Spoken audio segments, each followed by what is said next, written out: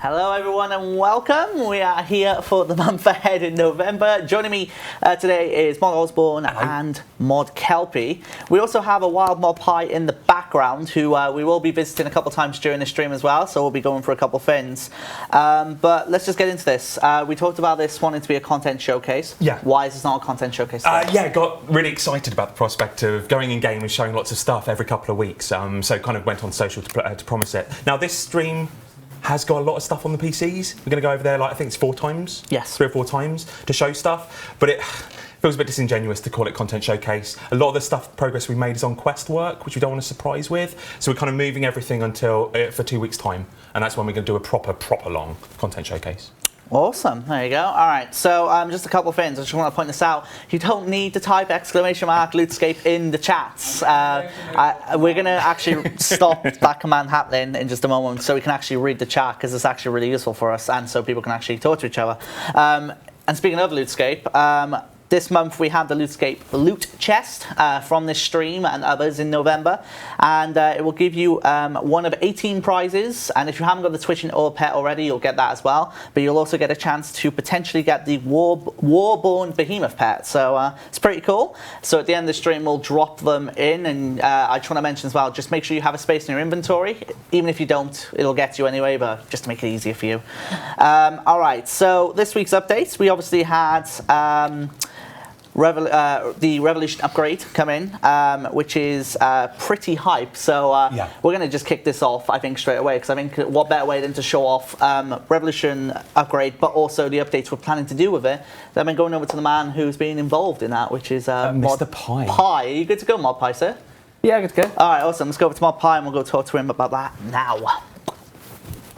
Hello. So, Revolution has had an upgrade. If you've been stuck in a dungeon for the past week, you wouldn't know, but I know, we're in a dungeon. Very nice. Synergy.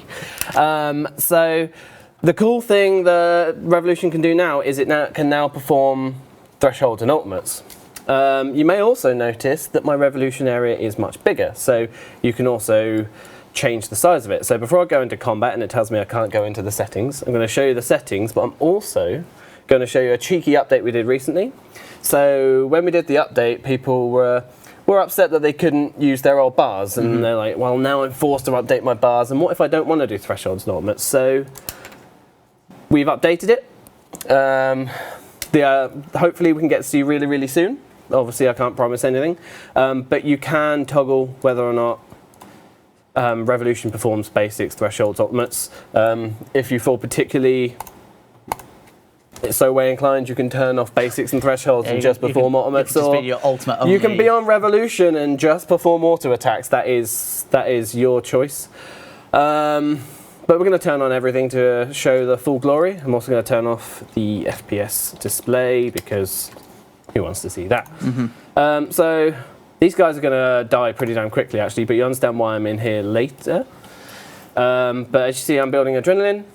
Revolution's doing its thing. I can have a nice conversation with you and chat to you. I mean, I should have brought an aggro pot. Let's talk about the development of it. So, obviously, we talked about it back at RuneFest and Combat Talk. In the showcase. Combat Showcase. Combat Showcase, yeah. Yeah. So, where did the idea come from? Why is now the time to go into this? Okay, so I mean, in the Combat Talk, we spoke about how the Combat Council like to troll me. They like to do things like, so I've got this item that is, it doesn't degrade and it resets the cooldown on wild magic, and you can use it as much as you want. But this one was them just going, well, oh yeah, by the way, I just allowed Revolution to do thresholds and ultimates, and this is something we've actually used previously in testing, just to get like baseline DPS. You want a robot to do these things. You don't want to have human input.